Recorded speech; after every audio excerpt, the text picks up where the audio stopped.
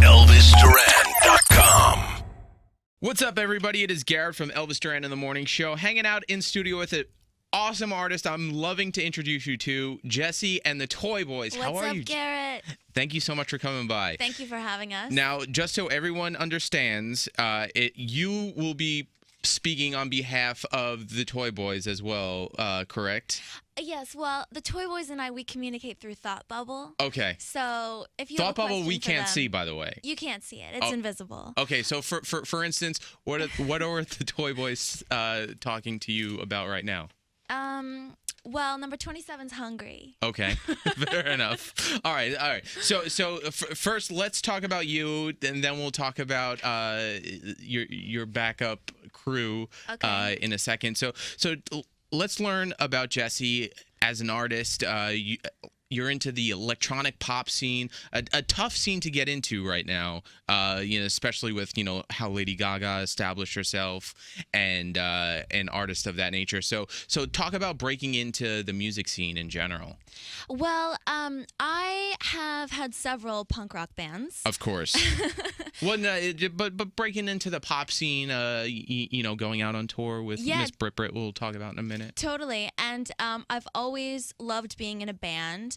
But every time I've started a band, my bands have broken up because I'm a control freak and I write all the music and I handle all the art direction. That's and psychologist stuff right there. Yeah. So I started Jessie and the Toy Boys because the Toy Boys don't talk back.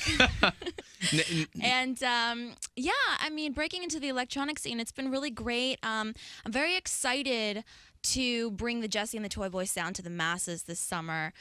My biggest thrill is watching people discover our sound, and I spent a lot of time in the UK in the underground club world, and was really fortunate to really learn from some amazing writer-producers and DJs and really kind of hone my skills as a songwriter over there for a few years.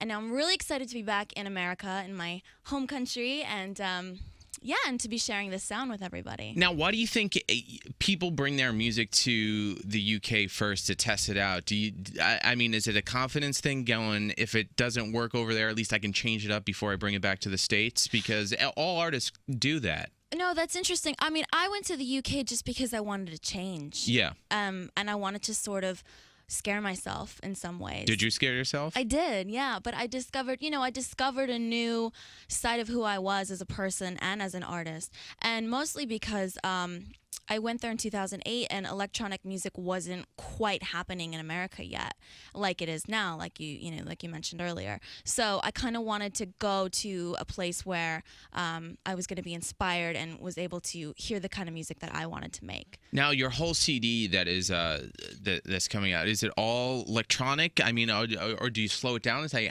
hey, I have a soft side. I'm not all just dancey, 2 a.m. club music. Definitely. I mean, there's electronic elements threaded throughout the production of all of it. But at the end of the day, it's a pop record. Yeah. I write pop songs. So there's definitely a softer side. Which you don't have artists, saying, hey, you know what? I'm a pop artist. They always want to be categorized as a contemporary pop artist. But that's awesome that you're coming out and saying, hey, I'm a pop artist, so everybody else back off. Yeah. I'm proud to be a pop artist. So let's talk about the Toy Boys. Okay. First reaction when people meet you for the first time and you try to explain the Toy Boys to them, what's it like? Are they in shock? Are they like, what is this all about? I think people love it. Yeah.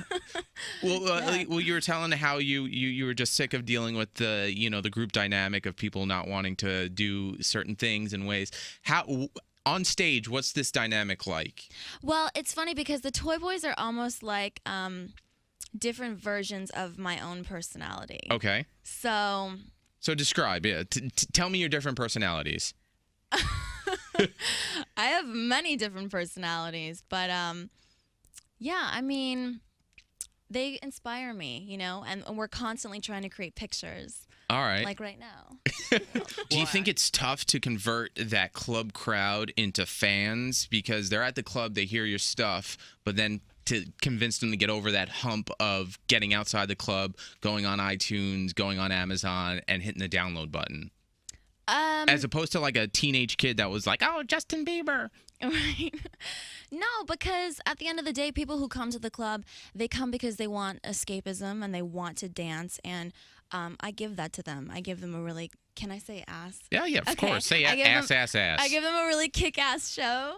And I get their booties moving. And so, no, I think it's pretty easy after you see Jessie and the Toy Boys live. You get it. Now, seeing where you're about to go this summer and where you're at right now, thinking back to when you first started living off of, going from gig to gig, is it kind of a sigh of relief going, I don't have to, I could sleep easy tonight knowing that I don't have to wait for a paycheck from a gig I did 2 nights ago to come in? Well, it's really funny because what you just said just sparked some interesting imagery in my mind, which is I've always lived out of a suitcase. Yeah. Always.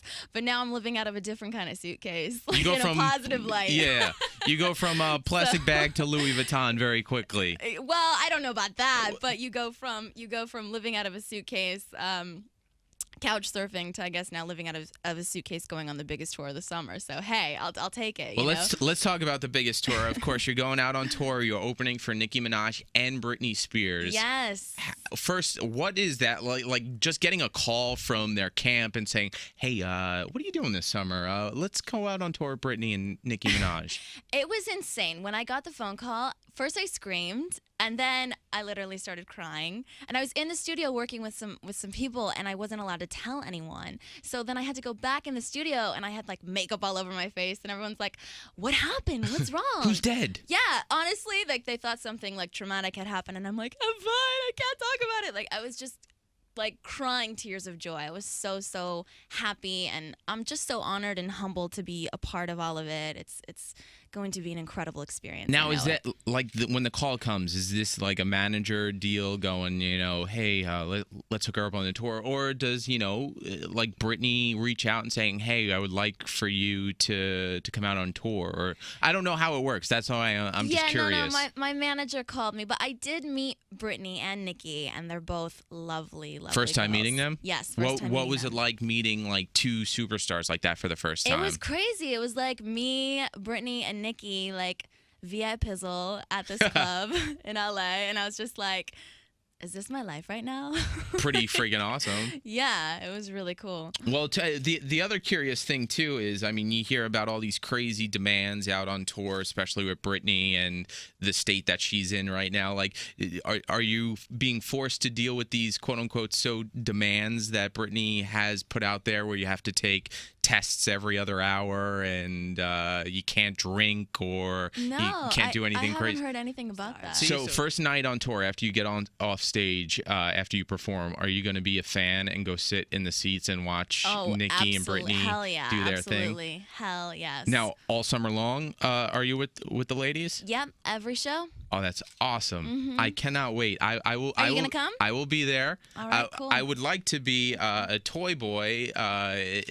You want to be a toy boy now. I don't know. I'm a little intrigued. I see what you got going here, and I like it. Well, I like it. You'd have to lose your name. You'd have to give up your name, and you'd have to become a number. You have to get on one knee, and then I'd knight you and give you an official toy boy number. Are you willing to go through all that? It's like a fraternity. How many toy boys do you have? It's an ever-rotating collection of perfection. Ooh. You have the ultimate female, like, I would like this boy today. I would like this boy today. How many boys do you travel with?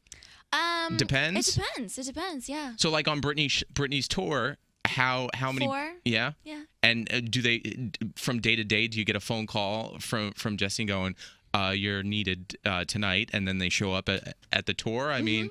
Is that how it works, really? Mm-hmm. You got some crazy... They appear in a puff of pink smoke. Oh, okay.